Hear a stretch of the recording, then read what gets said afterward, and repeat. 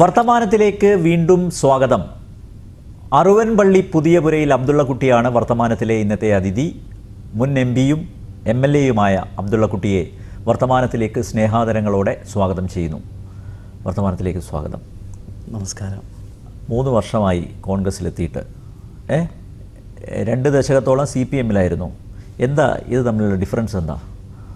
സ്വതന്ത്രമായി ചിന്തിക്കാൻ മാത്രമല്ല, ഉള്ളു തുറന്ന് ചിരിക്കാനും ഇപ്പോൾ പറ്റുന്നുണ്ട്. കമ്മ്യൂണിസ്റ്റ് പാർട്ടിക്കകത്ത് മൊത്തം തമാശയാണെന്ന്, ചിരിക്കാൻ പോയിട്ട് കരയാൻ പോലും അറിയാത്ത ആളുകളുടെ പാർട്ടിയാണത്. ഒരു നല്ല സ്വാതന്ത്ര്യമുണ്ട്. ഒരു മതേതര ഒരു ജനാധിപത്യ പ്രസ്ഥാനത്തിൽ വന്നപ്പോൾ ഒരു തറവാടികളെ കൂടെ കൂടിയതുപോലെയുള്ള ഒരു ആശ്വാസവും സമാധാനവും സന്തോഷവും എനിക്കുണ്ട്. അപ്പോൾ ഈ 20 വർഷം തമ്മാടികളുടെ കൂടെയായിരുന്നു? അങ്ങനെ പറയാമെന്നില്ല, എങ്കിലും നമ്മൾ ചെയ്ത പാത അല്ലെങ്കിൽ പ്രവൃത്തി ഏത് ഉദ്ദേശത്തിലാണോ നമ്മൾ ചോരത്തിളപ്പിന് സോഷ്യലിസവും മനുഷ്യ നന്മയൊക്കെ കണ്ടിട്ട് കൂടിയ പ്രസ്ഥാനം, അത് ലോകത്തും ബംഗാളിലും കേരളത്തിലും ഒന്നും ആ ലക്ഷ്യം പൂർത്തീകരിക്കുന്നില്ല എന്ന് മാത്രമല്ല, അതൊരു ജനാധിപത്യ വിരുദ്ധ പാർട്ടിയായി മാറിയ, ചുരുക്കി പറഞ്ഞാൽ ജയരാജന്മാരുടെ ഗുണ്ടായിസത്തിൽ നിന്ന് നല്ല സമയത്താണെന്ന് തോന്നുന്നു പുറത്തു വരാൻ പടച്ചാമ്പുന എനിക്ക് നല്ല ബുദ്ധി തന്നത് എന്ന് മാത്രമേ എനിക്ക് പറയാനുള്ളൂ. അല്ല, അബ്ദുള്ളക്കുട്ടി കണ്ണൂരിലെ ജയരാജന്മാരെ പേടിച്ചിട്ടാണ് പാർട്ടി വിട്ടതെന്ന് പറയുന്നു. പക്ഷേ CPM-കാർ പറയുന്നത് അധികാരം മോഹിച്ചാ പോയതെന്ന്. അല്ല, അതിപ്പം അധികാരമോഹി, ചതിയൻ, വഞ്ചകൻ എന്നൊക്കെ കമ്മ്യൂണിസ്റ്റ് പാർട്ടി വിട്ടു വർഗവഞ്ചകൻ എന്നൊക്കെ പറയും, കുലംകുത്തി എന്ന് പറയും. അത് പക്ഷേ കോൺഗ്രസ്സിൽ നിന്ന് ആരെങ്കിലും കമ്മ്യൂണിസ്റ്റ് പാർട്ടിയിലേക്ക് പോയാൽ ബുദ്ധിജീവി, ചിന്തകൻ എന്നൊക്കെ പറയും. അത് അതിലൊന്നും വല്ല കഥയില്ല, അതൊക്കെ മുദ്രാവാക്യ കവിതകൾ മാത്രമാണ്. അല്ല, ഈ കണ്ണൂരിലെ ക്രിമിനൽ രാഷ്ട്രീയം അല്ലേ, ഇപ്പം ഏറ്റവും ഒടുവിൽ എത്തി നിൽക്കുന്നത് TP ചന്ദ്രശേഖരൻ്റെ അറുംകൊല. കണ്ണൂരിലെ ചില പാർട്ടി നേതാക്കൾക്കും ഇതിൽ പങ്കുണ്ടെന്ന് പറയുന്നു, പക്ഷേ അത് ഇതുവരെ തെളിയിക്കപ്പെട്ടിട്ടില്ല. താങ്കൾ 20 വർഷത്തോളം പാർട്ടിയുമായി സഹകരിച്ച് പ്രവർത്തിച്ചതാണ്. എന്താ ഇങ്ങനെയുള്ള ഓപ്പറേഷൻ പാർട്ടിയിൽ പണ്ടും ഉണ്ടായിരുന്നു?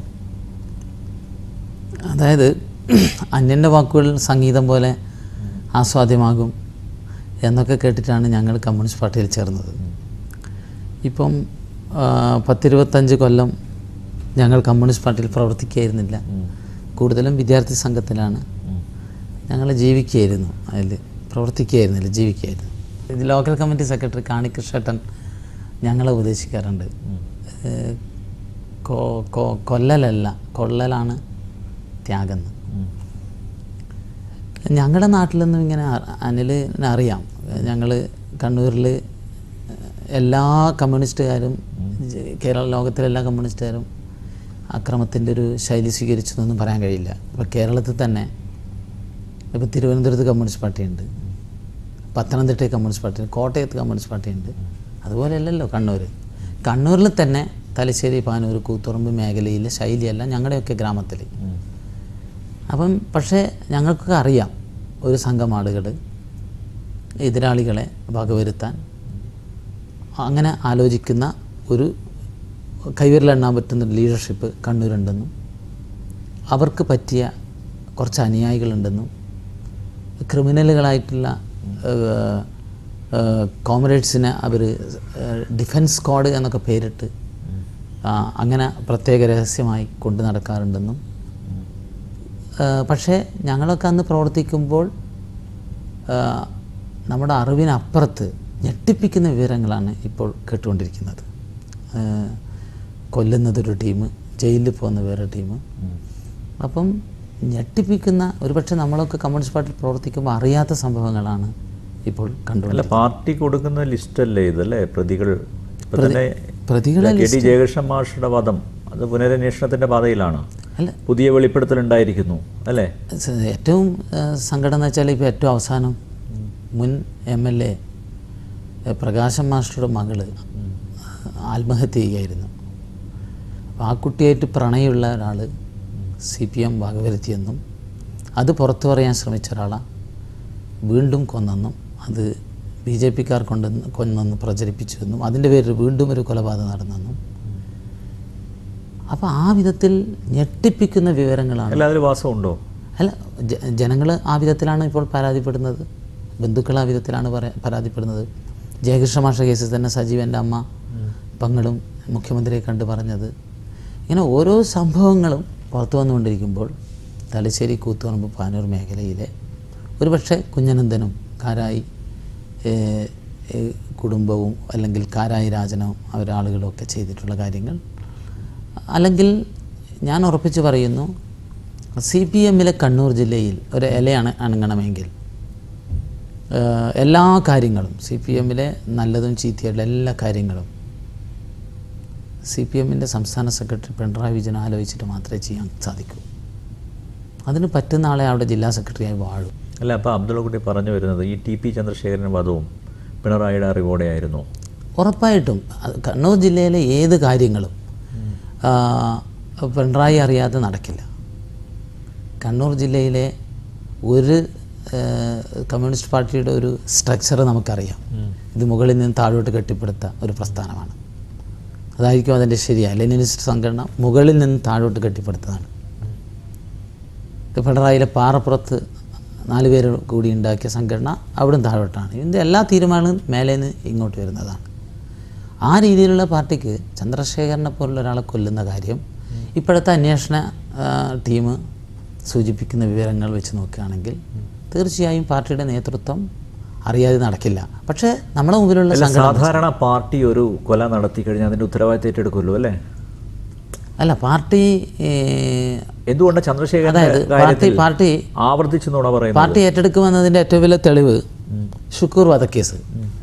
ഷുക്കൂർ വധം ചന്ദ്രശേഖരൻ വധത്തെ പോലെ തന്നെ ഭീകരമായിരുന്നു. നമ്മുടെ മീഡിയ അത് അത്രമാത്രം ചന്ദ്രശേഖരൻ വധം വന്നതുകൊണ്ട് അതങ്ങ് അല്ലല്ല, അതിന് മുമ്പായിരുന്നു. പക്ഷേ വേണ്ടത്ര നമ്മുടെ മീഡിയ അത് ശ്രദ്ധിച്ചിട്ടില്ല. എൻ്റെ അഭിപ്രായത്തിൽ ചന്ദ്രശേഖരൻ ഷുക്കൂർ മാത്രമല്ല, 2.5 പതിറ്റാണ്ടിനിടയിൽ വടക്കൻ മലബാറിൽ 10-300ഓളം ആളുകൾ മരിച്ചു വീണിട്ടുണ്ട്. അതിൽ കോൺഗ്രസ്സുകാരുണ്ട്, കമ്മ്യൂണിസ്റ്റുകാരുണ്ട്, മുസ്ലിം ലീഗുകാരുണ്ട്, NDF BJP-ക്കാരുണ്ട്, എന്തിനേറെ പറയുന്നു ഈ അടുത്ത കാലത്ത് രൂപം കണ്ട NDF-കാർ വരെ എല്ലാ വിഭാഗത്തിൽപ്പെട്ട ആളുകളും ഈ മേഖലയിൽ മരിച്ചു വീണിട്ടുണ്ട്. ഇതിലെല്ലാം ഒരു വശത്ത് CPM-ആണ്. അപ്പം ഞാൻ പറയുന്നത് ഷുക്കൂറിൻ്റെ വധക്കേസ് നേരത്തെ പറഞ്ഞ കാര്യമാണ് പറയുന്നത്. P. ജയരാജൻ പത്രസമ്മേളനത്തിൽ പത്രം കാണിച്ചിട്ട് പറയുന്നു, അതെ ഇവൻ തന്നെയാണ് എൻ്റെ കാറിന് കല്ലെറിഞ്ഞത്. കല്ലെറിഞ്ഞ ഒരാളെ കൊല്ലാൻ പറ്റുമോ? അങ്ങനെയാണെങ്കിൽ എൻ്റെ കാരണത്തിന് കല്ലെറിഞ്ഞിട്ടുണ്ട്, സുധാകരൻ്റെ കാറിന് കല്ല് മാത്രമല്ല ബോംബ് എറിഞ്ഞിട്ടുണ്ട്, MV രാഘവൻ്റെ കാറിന് കല്ലെറിഞ്ഞിട്ടുണ്ട്. അതിൻ്റെ പേരിൽ ആളെ കൊല്ലാൻ പറ്റില്ല. പിറ്റേന്ന് പത്രങ്ങളും ടെലിവിഷൻ ദൃശ്യശ്രവ്യ മാധ്യമങ്ങൾ പറഞ്ഞു P. ജയരാജൻ ചൂണ്ടിക്കാണിച്ച ചെറുപ്പക്കാരനും മരിച്ച ഷുക്കൂറും തമ്മിൽ സാമ്യതയുള്ളൂ, യഥാർത്ഥത്തിലുള്ള ആളല്ല. അല്ല, അതെ. ഈ വിവരം വന്നപ്പോൾ പിന്നീട് പത്രസമ്മേളനത്തിൽ P. ജയരാജൻ പറയുന്നു, അദ്ദേഹത്തോട് പത്രക്കാർ പറഞ്ഞു ഫസൽ വധക്കേസിൽ ഞങ്ങൾക്ക് യാതൊരു പങ്കുമില്ല, പക്ഷേ ഷുക്കൂർ വധക്കേസിൻ്റെ ഉത്തരവാദിത്തം ഞങ്ങൾ ഏറ്റെടുക്കുന്നു. ആ ഒരു പ്രസ്താവന മതി, ആ ഒരു വിഷ്വൽ മതി P. ജയരാജൻ കേസിൽ പിന്നെ അദ്ദേഹത്തെ അറസ്റ്റ് ചെയ്യാൻ. എന്തുകൊണ്ടാണ് അറസ്റ്റ് ചെയ്യാത്തത് എനിക്കറിഞ്ഞൂടാ. പക്ഷേ പോലീസിൻ്റെ ചോദ്യം ചെയ്യൽ അല്ല, നമ്മുടെ പോലീസിന് ഇപ്പം ഗവൺമെൻറ് വലിയ സ്വാതന്ത്ര്യം നൽകിയിരിക്കുകയാണ്. അതിൽ യാതൊരു ഗവൺമെൻറ്റിൻ്റെ ആഭ്യന്തരമന്ത്രിൻ്റെ ഇടപെടലില്ല. നമ്മുടെ പോലീസിൻ്റെ പക്ഷേ എന്നാലും തിമിംഗലങ്ങളെ തൊടാൻ ഇപ്പോഴും ഭയമാണ്, അറക്കുന്നു. അല്ല, എനിക്ക് തോന്നുന്നത് ഇവർ ഈ പോലീസ് ടീം ഇപ്പം നമ്മുടെ നാട്ടിലെ ചായക്കടകളിലും രാഷ്ട്രീയ ചർച്ചകളിലും നഗരങ്ങളിലെ യുവാക്കളുടെ ചാറ്റിങ്ങുകളിലെല്ലാം ചന്ദ്രശേഖരൻ പോലീസ് ടീമിനെക്കുറിച്ചും ഷുക്കൂർ വധത്തിലെ പോലീസ് ടീമിനെക്കുറിച്ചുള്ള ചർച്ചയാണ്. തീരെ കാവ്യബോധമില്ലാത്ത ഇ പി ജയരാജൻ പറഞ്ഞു DYSP ഷൗക്കത്ത് അലിക്ക് സുരേഷ് ഗോപിൻ്റെ സ്റ്റൈലാണ്. അതുമാത്രമല്ല ഈ പോലീസ് ഒരു മാറ്റം നമ്മൾ നോക്കിയാൽ LDFിൽ നിന്ന് UDFിലേക്ക് ഭരണം മാറിയെങ്കിലും പോലീസിലൊരു മാറ്റം വന്നിട്ടില്ല. DGP പോലും പഴയ ആളാണ്. എന്തുകൊണ്ടാണ് പോലീസ് ജനങ്ങൾക്കിടയിൽ മതിപ്പുണ്ടാക്കിയത്? ഞാൻ ഉറപ്പിച്ച് പറയുന്നു, ഉമ്മൻചാണ്ടി സർക്കാർ, തിരുവഞ്ചൂർ രാധാകൃഷ്ണൻ ഈ പോലീസിന് പുതിയ 2 ആയുധങ്ങൾ നൽകിയിരിക്കുകയാണ്. സ്വാതന്ത്ര്യത്തിൻ്റെ വാളും നിഷ്പക്ഷതയുടെ പരിചയം. ഇത് വെച്ച് ഇവർ പാർട്ടി ഗ്രാമങ്ങളിലൂടെ മുടക്കോഴി മലവരെ കീഴടക്കി എല്ലാവരും പിടിച്ച്. പക്ഷേ നമ്മൾ ആഗ്രഹിക്കുന്നവർ പിടിക്കുന്നില്ല. ഇവർ പിടിച്ചതെല്ലാം തെളിവിൻ്റെ അടിസ്ഥാനത്തിലാണ്. പഴയതുപോലെ 3-ാം മുറ അനുസരിച്ചുള്ള ചോദ്യം ചെയ്യലല്ല, വളരെ ശാസ്ത്രീയമായിട്ടാണ്. അപ്പോൾ നമ്മൾ ശാസ്ത്രീയം അല്ല, അത് പി ജയരാജൻ പറയുന്നതാണ് അങ്ങനെ, അല്ലെങ്കിൽ MV ജയരാജൻ പറയുന്നതാണ്. പക്ഷേ അങ്ങനെ ഒരു സംഭവം ഉണ്ട് എന്ന് പറയാൻ സാധിക്കില്ല. കാരണം ഇതിൻ്റെയൊക്കെ വിഷ്വൽസ് ഉണ്ട്. മാത്രമല്ല കൂത്തുപറമ്പ് ഓഫീസിലെ ബാബു മുതൽ ചോദ്യം ചെയ്യുന്ന വിഷ്വൽ എടുക്കും, ഇടി കൊടുക്കുന്ന വിഷ്വൽ എടുക്കില്ലല്ലോ. അല്ല, ഏറ്റവും അവസാനത്തെ അല്ല വിഷ്വൽ പോലീസിൻ്റെ അടി കൊണ്ടാൽ, ഞാനും പോലീസിൻ്റെ അടി കൊണ്ടാണ്, ആ പാട് ഇപ്പോഴും മാഞ്ഞിട്ടില്ല. പോലീസിൻ്റെ അടി കൊണ്ടാൽ ആ ഒരു കലയോ മാർക്കോ കോടതിക്ക് മുമ്പിൽ ഇതുവരെ CPM ഹാജരാക്കാൻ കഴിഞ്ഞിട്ടില്ല. CPM ഇപ്പോൾ പിന്നെ അത്രമാത്രം അവർക്ക് സ്വന്തമായി പത്രങ്ങളും ടെലിവിഷൻ ചാനലും ഉണ്ട്. ബാബുവിനെ പോലും അവർക്ക് ഏതെങ്കിലും ഡോക്ടർ മുമ്പിൽ അവർക്ക് എത്ര കോപ്പറേറ്റീവ് ആശുപത്രികളുണ്ട്, കൃത്രിമമായിട്ട് പോലും ഒരു ഡോക്ടർ സർട്ടിഫിക്കറ്റ് ഉണ്ടാക്കാൻ അവർക്ക് സാധിച്ചിട്ടില്ല. കാരണം അവർക്കറിയാം പോലീസ് അടിച്ചിട്ടല്ല. നമുക്കറിയാം വളരെ സയൻറ്റിഫിക് ആയിട്ടുള്ള ചോദ്യം ചെയ്യലാണ്. നമ്മുടെ കാലം മാറി, ടെക്നോളജിയുടെ സാധ്യത ഉപയോഗിച്ച് കേസ് തെളിയിക്കാൻ പറ്റുന്ന കാലത്താണ് ഞാനും നിങ്ങളും ജീവിക്കുന്നത്.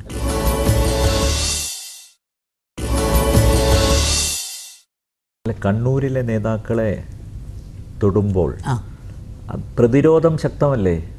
ഇപ്പം ബാബുവിൻ്റെ കാര്യത്തിൽ എന്താ, അവിടെ വടകര റൂറൽ SP ഓഫീസിൽ പോയി ഇറക്കിക്കൊണ്ടുവന്നു. അല്ല, പക്ഷേ ശരിയല്ലേ? അല്ല, പണ്ടാണെങ്കിൽ അപ്പോൾ പോലീസ് എന്തിനാ ഭയക്കുന്നത്? അല്ല, പണ്ടാണെങ്കിൽ അവിടെയാണ് ഈ കൂട്ടുകച്ചവടം ഉണ്ടോ എന്നുള്ള സംശയം വരുന്നത്. സാധാരണക്കാർ അങ്ങനെ ചിന്തിക്കുന്നുണ്ട്. കാരണം പലരും പറഞ്ഞു ഇത് ഇത്ര വരെ ഉള്ളൂ, തീർന്നു, മോഹനൻ മാഷോടുകൂടി തീർന്നു, അന്വേഷണം നിർത്താൻ പോവാ. അല്ല, തെളിവ് സഹിതം പിന്നെ മാത്രമേ ഈ പോലീസ് ടീമിൻ്റെ സ്വഭാവം അനുസരിച്ച് അവർ വളരെ സ്വതന്ത്രമായി നിഷ്പക്ഷമായിട്ട് അന്വേഷിക്കുന്നതെന്ന് എല്ലാവരെയും അവർ ബോധ്യപ്പെടുത്തുകയാണ്. അപ്പോൾ സ്വാഭാവികമായും തെളിവില്ലാതെ പിടിക്കാൻ സാധിക്കില്ല.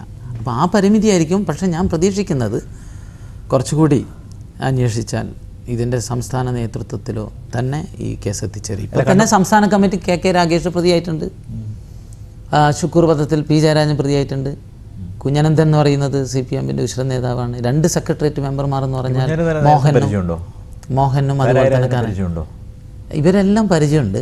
പക്ഷേ ഇവരൊന്നും സ്കൂൾ ഓഫ് തോട്ടിലല്ല. നമ്മൾ സ്കൂൾ വേറെയായിരുന്നു. നമ്മൾ തല്ലാനും കൊല്ലാനും പോയിട്ടില്ല, ഒരു ഉറുമ്പിനെ പോലും നോവിച്ചിട്ടില്ല. ഞങ്ങളൊക്കെ ഒരു ബാക്ക്ഗ്രൗണ്ട് അനിൽ ഉൾപ്പെടെയുള്ള ജേർണലിസ്റ്റുകൾക്ക് അറിയാലോ. നമ്മളെയൊക്കെ ബാക്ക്ഗ്രൗണ്ട്, കണ്ണൂരിലെ ഓരോ രാഷ്ട്രീയ പ്രവർത്തകൻ്റെയും ബാക്ക്ഗ്രൗണ്ട് അറിയാലോ എന്താണ്. നിങ്ങൾക്ക് സ്വതന്ത്രമായി അന്വേഷിച്ചിട്ട് ഞങ്ങളൊക്കെ ഒരു കാര്യം പറഞ്ഞോട്ടെ. ഞാൻ ബ്രണ്ടൻ കോളേജിൽ പഠിക്കുന്ന സമയത്ത് SFIയിൽ പ്രവർത്തിക്കുമ്പോൾ ശ്രീ അബ്ദുള്ള കുട്ടിയായിരുന്നു SFIയുടെ കണ്ണൂർ ജില്ലാ സെക്രട്ടറി. ഞങ്ങളൊക്കെ കോളേജിൽ വരുന്നതിന് മുമ്പ് കോളേജിലെല്ലാം ഭയങ്കര അടിപിടിയായിരുന്നു. പയ്യന്നൂർ കോളേജിലൊന്നും ഇലക്ഷൻ തന്നെ നടക്കില്ല, ബാലറ്റ് പേപ്പർ വാരുന്ന സ്ഥിതിയാണ്. പക്ഷേ ഞങ്ങൾ വന്നപ്പം വളരെ സമാധാനപരമായി. ഒരുപക്ഷെ ഓരോ തലമുറ മാറുമ്പോൾ അന്തരീക്ഷം മാറിയിട്ടുണ്ട്. എനിക്കുറപ്പാണ് ഈ ഞങ്ങൾക്കൊക്കെ വെറും സാക്ഷരതയുള്ളൂ, കമ്പ്യൂട്ടർ സാക്ഷരതയുള്ള തലമുറയുടെ നമ്മൾ രാഷ്ട്രീയം കൈകാര്യം ചെയ്യുന്നത്.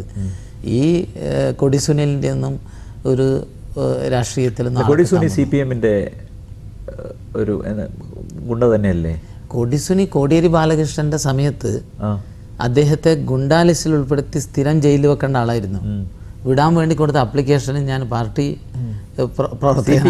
സാമൂഹ്യ പ്രവർത്തകനാണെന്ന് പറഞ്ഞ് കോടിയേരി ബാലകൃഷ്ണൻ ഒപ്പിട്ട് ഫോർവേഡ് ചെയ്ത് P ശശിയും P ജയരാജനുമുള്ള ജയിൽ അഡ്വൈസറി കമ്മിറ്റി റെക്കമെൻഡ് ചെയ്തിട്ട് പുറത്തുവിട്ട ആളാണ്. അതൊക്കെ പാർട്ടിക്ക് അങ്ങനെ ഒരാളെ അറിയില്ല എന്നാണ് പറയുന്നത്. അറിയില്ല, അത് അവർക്ക് അറിയില്ല എന്ന് പറഞ്ഞപ്പം ശരിയാണെന്ന് അറിഞ്ഞൂടാ.